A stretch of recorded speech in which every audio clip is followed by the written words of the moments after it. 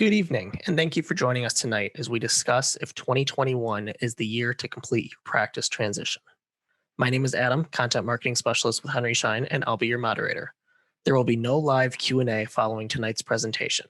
If you have questions after the webinar, please email us at ppt@henryschein.com.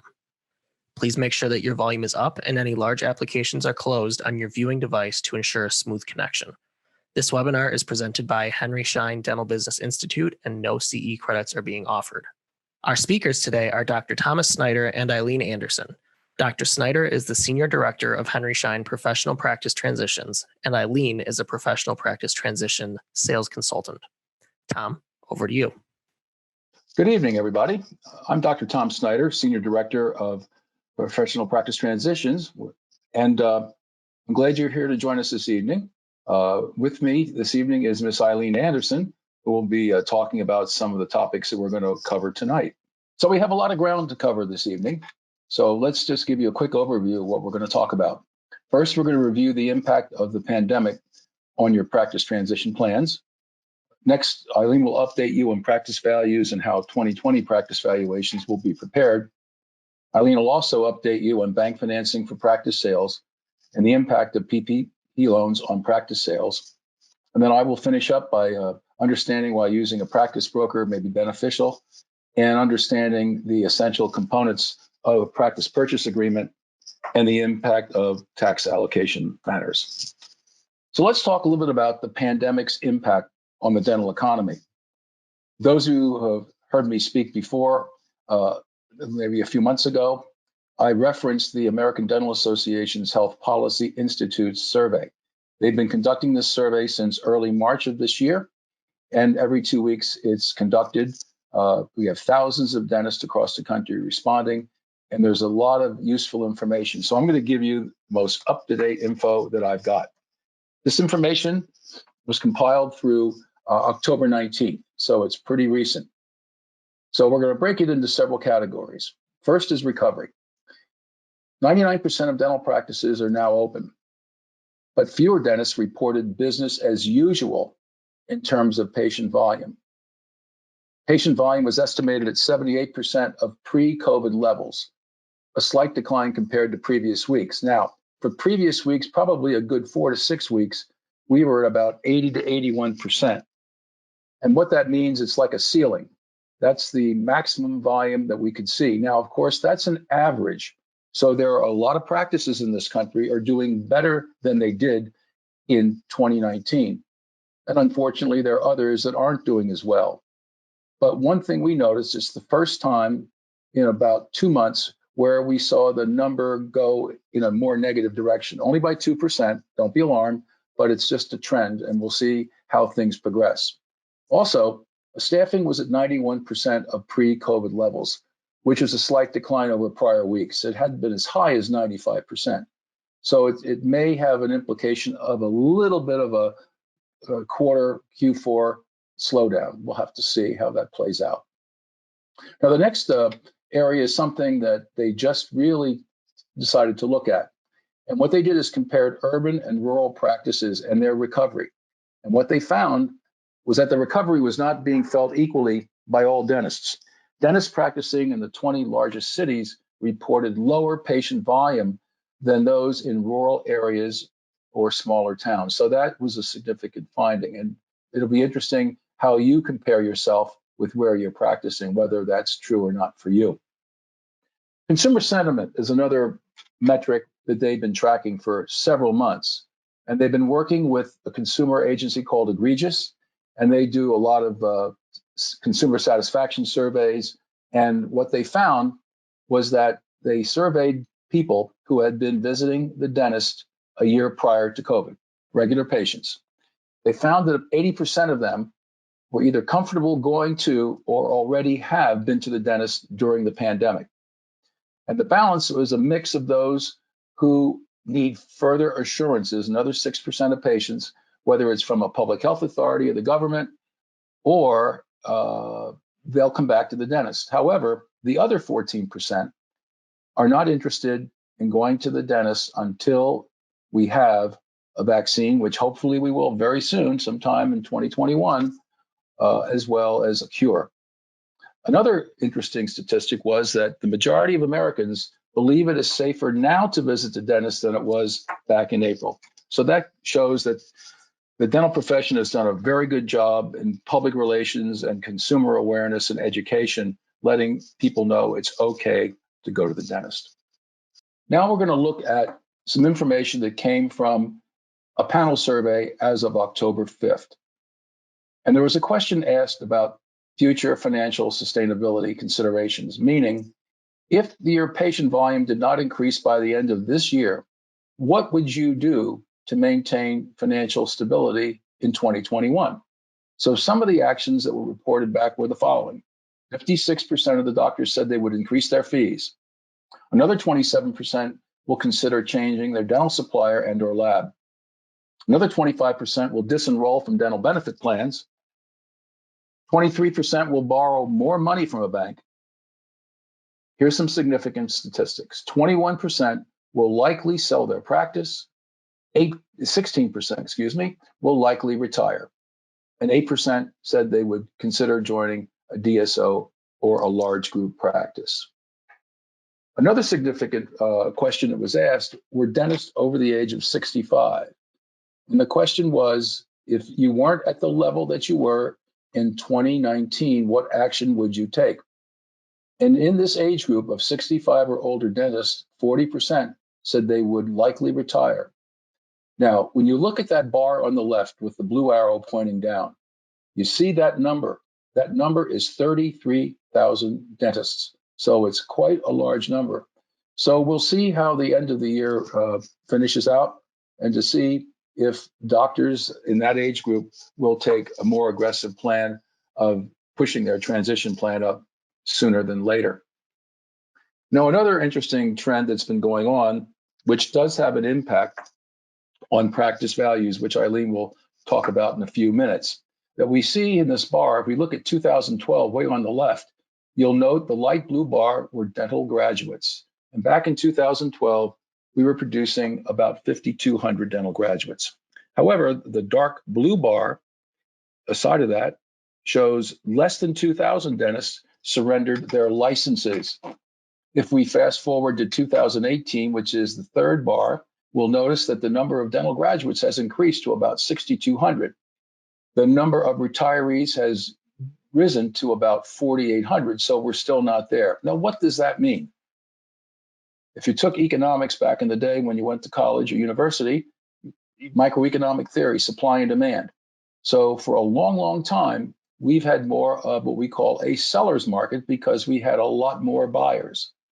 But if you fast forward to 2021, and this is obviously an estimate based on what we see and what some of the statistics are telling us, it may be the first year in 2021 whereby we'll have more retirees than dental graduates.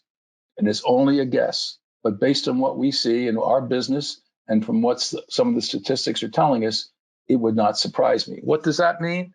It could mean the beginning, and only the beginning, of a possible shift towards becoming a more of a buyer's market. So we'll have to see how that plays out.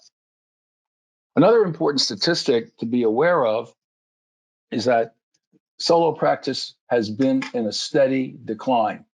If we look at the far left bar, we see in 1991, about 73% of practicing dentists were solo practitioners.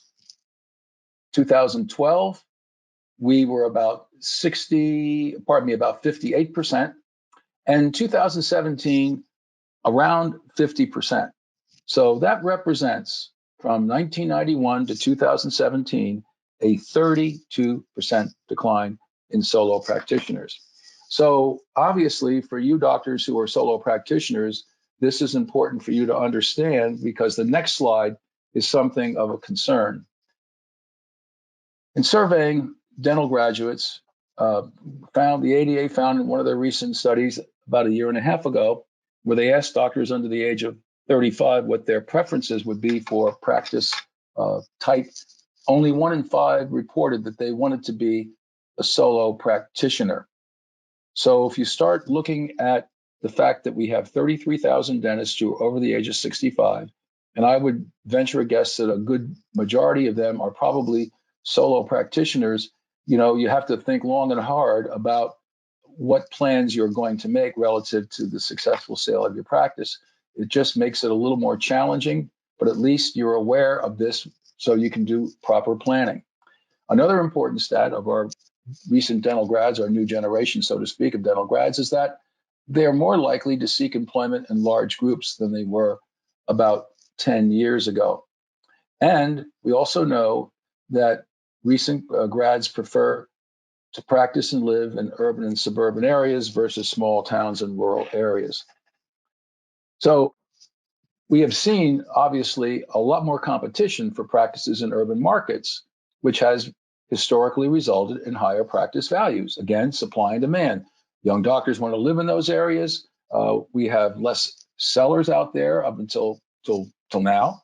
So you can readily understand why those practice values have been higher. However, conversely, because we have less doctors wanting to live in small towns and rural areas, we don't have that type of demand, so we see lower values.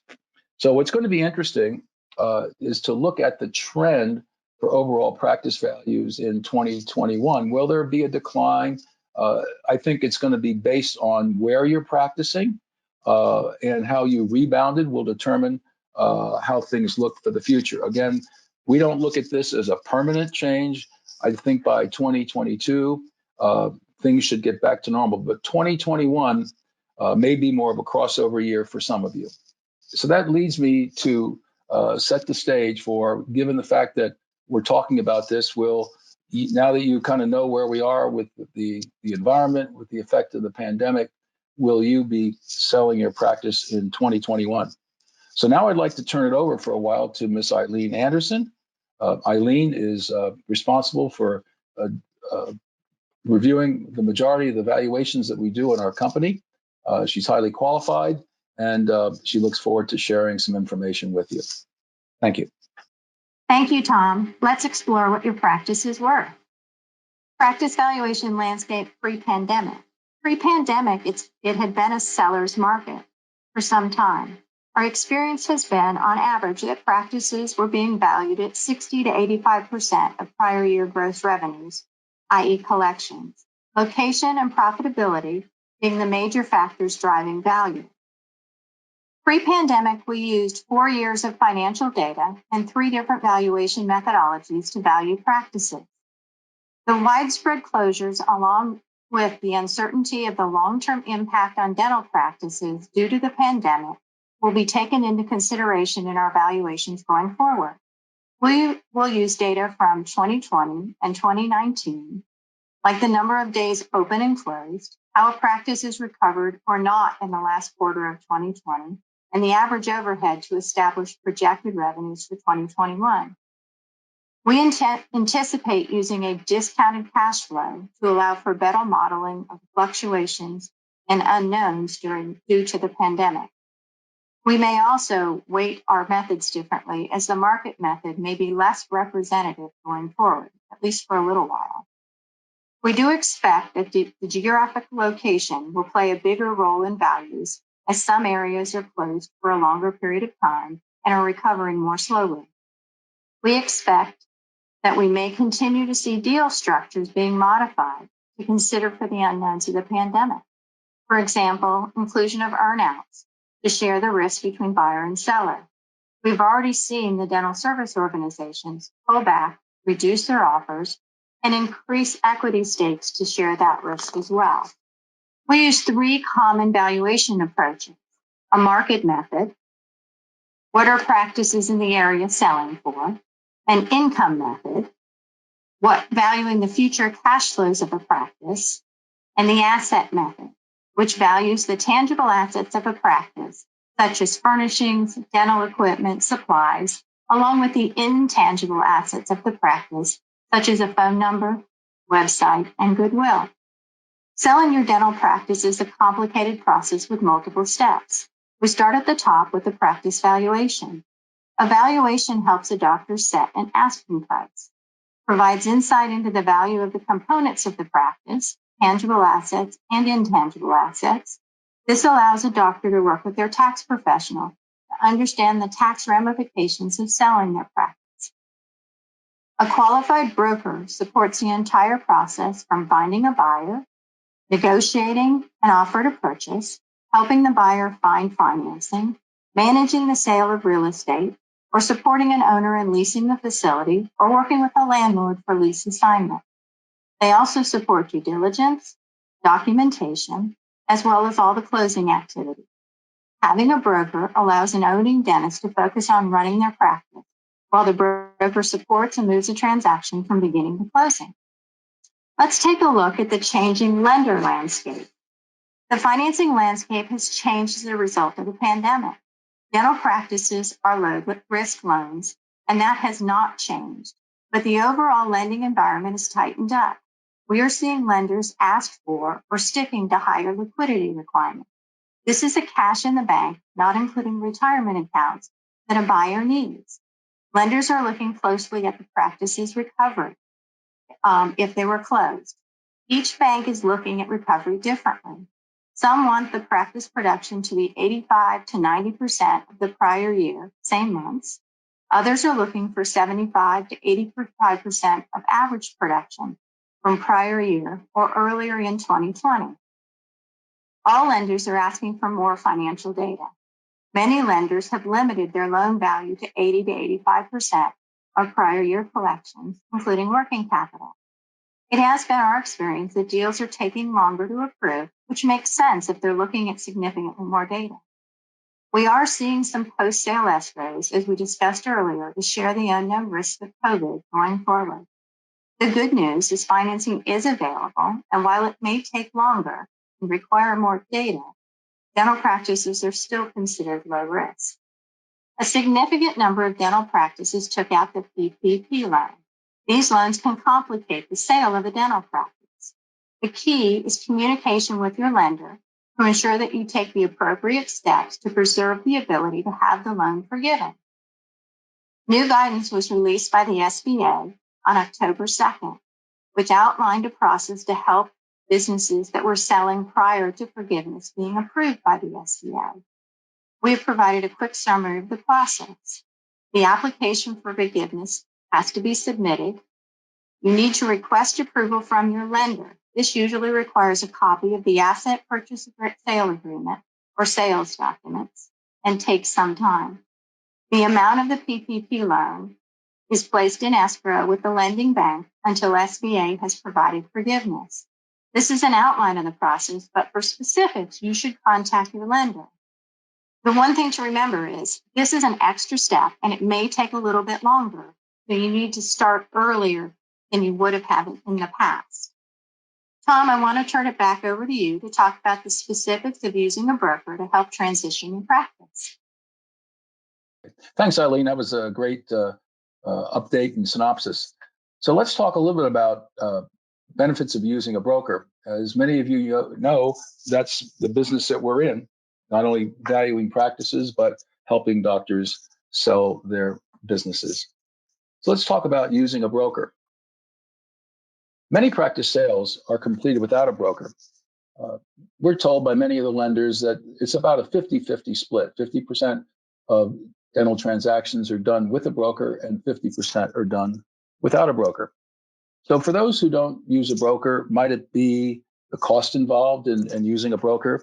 Or could it be that someone has already approached you and you feel you could just negotiate the deal yourself and get it done? It could possibly be that your accountant may get involved, maybe has found someone or can assist you in getting the transaction done once you've identified a buyer.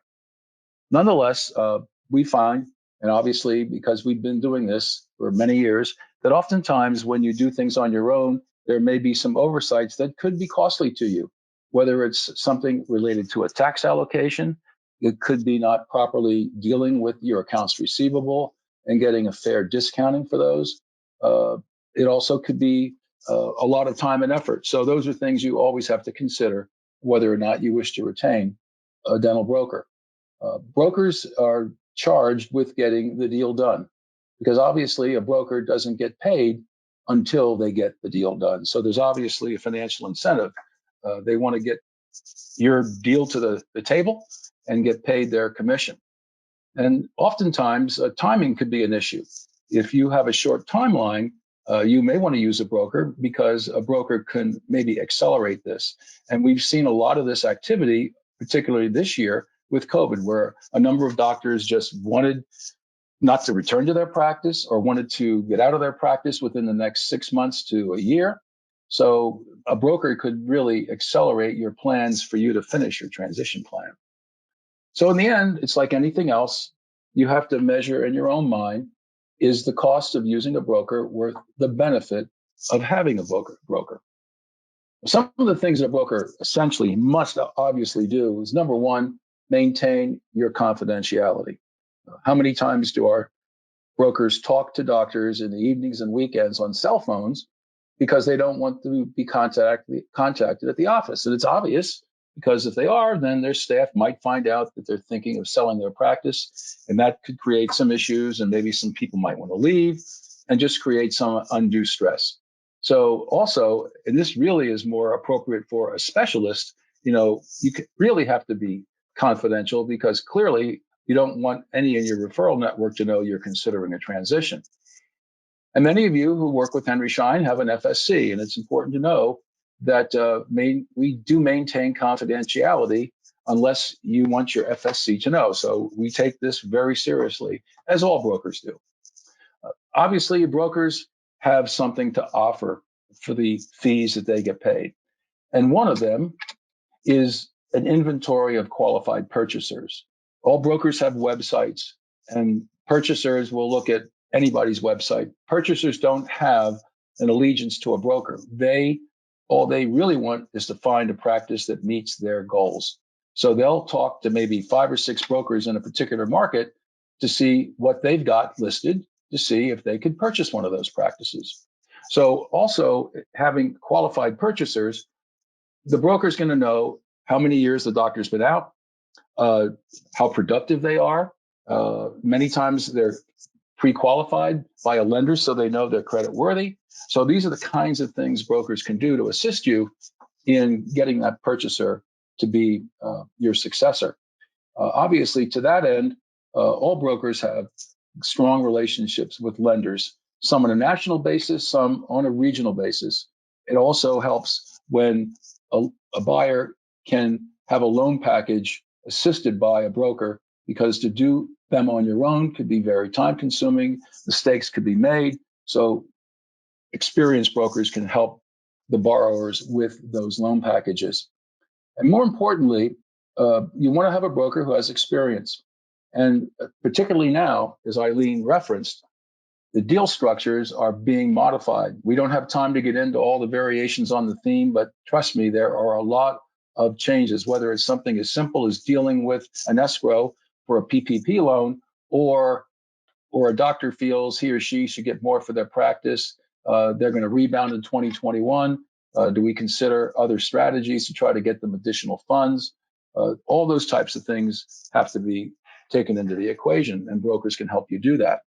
And obviously, the reason you want to use a broker is because it's assumed that the broker does have knowledge of the local market, and they have a much better understanding of what they know a practice should be valued at, as opposed to doctors who may do it on their own. They talk to their friend at the study club and say, oh yeah, my practice, I got 80% for my practice. Does that mean that's what you may get? That may or may not be true. But at least if you have a professional valuation done as well, you can get a better idea of what a broker thinks is a fair asking price or sale price in your market. And of course, a lot of brokers use nationwide advertising because there's a lot of migration with, it's fairly easy for a dentist to move around the country now. Years ago, that wasn't the case, but now it is the case. So we have a lot of that going on. So nationwide advertising could be another benefit for using a broker. Now, when you use a broker, you're going to sign a legal binding agreement, and that's called a listing agreement. Listing agreements can take 2 forms: exclusive or non-exclusive. Exclusive is pretty self-explanatory. It means whoever you sell your practice to, you must pay the broker a commission. Non-exclusive means you are not required to pay the broker anything if they don't find a buyer. So sometimes, brokers like to use exclusive because if you have several brokers in a market and you have non-exclusive arrangement, you could have a broker or brokers with several purchasers all trying to figure out who is representing who. So that can get a little bit confusing. So that's something you'll have to decide whether you want to go exclusive or non-exclusive. Now, length of contract term typically is 1 year. Sometimes there may be some circumstances where you really need to sell quickly, could be health reasons, and you may want a shorter listing agreement, but most brokers prefer to have at least a year. And typically these contracts renew automatically unless both parties agree to make an amendment. When it comes to using a broker, you have a decision to make regarding a practice valuation. We obviously think it's important to have a complete valuation using the methods that Eileen referenced, comprehensive valuation, to help set a sale price for you if you're selling your practice. However, some brokers will do valuations for free. Others will charge a fee. Some brokers will charge a fee and then credit it at the closing against the commission. Or some brokers will do the valuation for free and charge you for the valuation if you sell the practice. There's a lot of variations regarding how that works. But the important thing is to have a professionally prepared valuation. There's some other considerations like exclusions. For example, if you have an exclusive listing agreement, if there has been someone who worked in your practice maybe a year before, you may want to go back to them. So those are things you negotiate. So anything that needs to be excluded needs to be disclosed before you sign the listing agreement. Brokers should be engaged, meaning does a broker just find you a purchaser and then meet you at settlement? Most brokers really get involved with the sale process, but there are some that just really make it like a matching situation where they find the purchaser and then give you some names of accountants and attorneys and maybe lenders and then show up at settlement. But many brokers like to work with advisors, okay? That means being actively involved with your CPA as well as legal counsel, because the CPAs have a lot to say about tax allocation, which we're going to cover in a minute. And a good broker is going to be very time-oriented. They're going to keep, moving the ball down the field till we get to the end zone. That's their job, and that's when they get paid. So they want to make sure that all the moving parts, because you could have 2 CPAs, 2 attorneys, maybe a financial advisor mixed in, a whole bunch of players. So the broker has to kind of keep things together. Our sample contract closing documents provided. We provide sample documents to assist in getting the deal done, whether that be a practice purchase agreement, which I'll talk about shortly, or an employment agreement. Then, of course, we give those documents to the attorneys for them to do the final modifications. Obviously, most brokers, as I said before, have relationships with lenders, so they can assist the purchasers in obtaining bank financing. Let's talk next about the practice purchase agreement, and that's the legal document which will memorialize the sale of your business or your dental practice. Let's talk about a couple of the key components. The first thing we look at is the allocation of the purchase price, because as you'll see in a minute, that can have a big impact on the net proceeds that you receive from the sale of your practice. Typically, when we do a practice purchase agreement, we will refer to the practice valuation that we have prepared for you.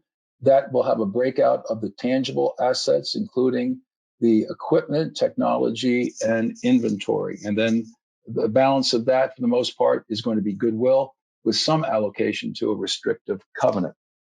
Another important component that should be addressed in the practice purchase agreement is the collection of accounts receivable. Most practice valuations that are done in the dental world do not include accounts receivable or cash. So that's an asset of yours. And quite frankly, when you sell, it should be collected.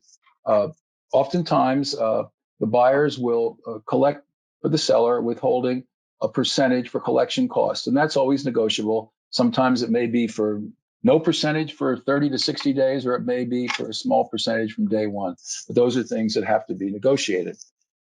Additionally, a broker can help you with the discounting of the accounts receivable, because as we all know, not every dollar that you produce and every dollar that you hope to collect is going to come in. Some accounts are not good. So we look at the aging of the accounts, current 30 to 60 days, 61 to 90, and 90 plus, and come up with some ratios to help negotiate a fair price for your accounts receivable.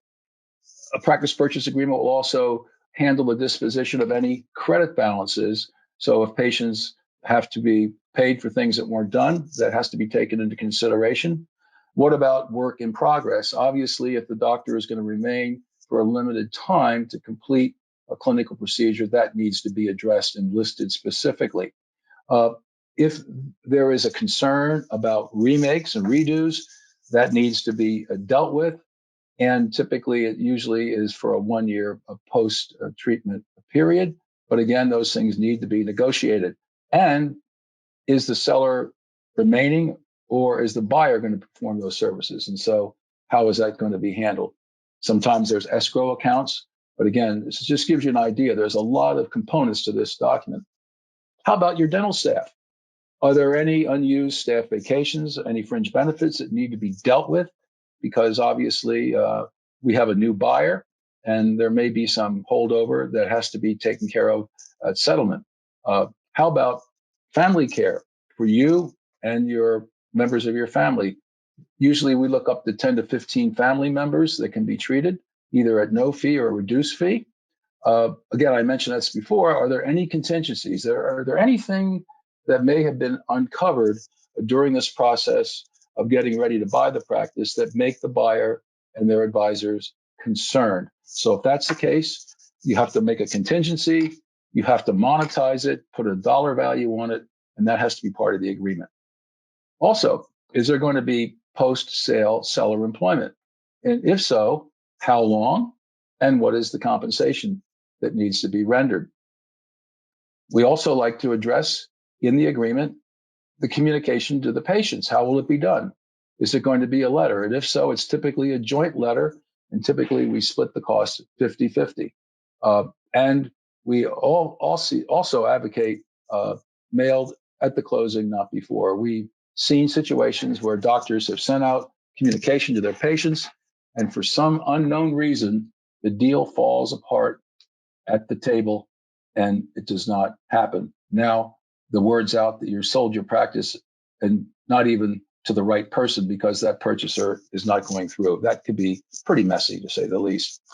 We provide our doctors, our buyers and sellers, with a pre-closing checklist because without getting into all the content, there are lots of little things that need to be done.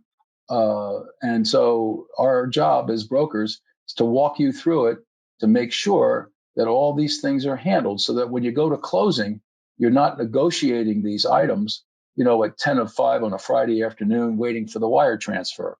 Basically, this is done pre-closing appointment and everything gets done. So if there are some hiccups along the way, they can be resolved in a amicable and timely fashion.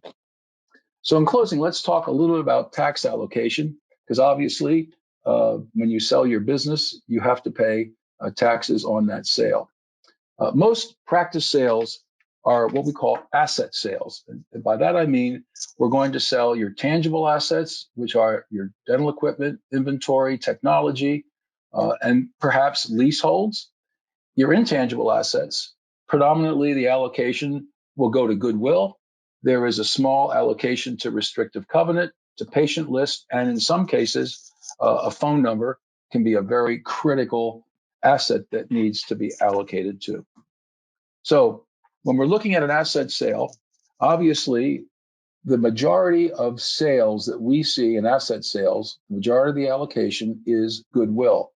We find that about 74 to 76% of a practice's value consists of intangible assets, of which predominantly it's goodwill.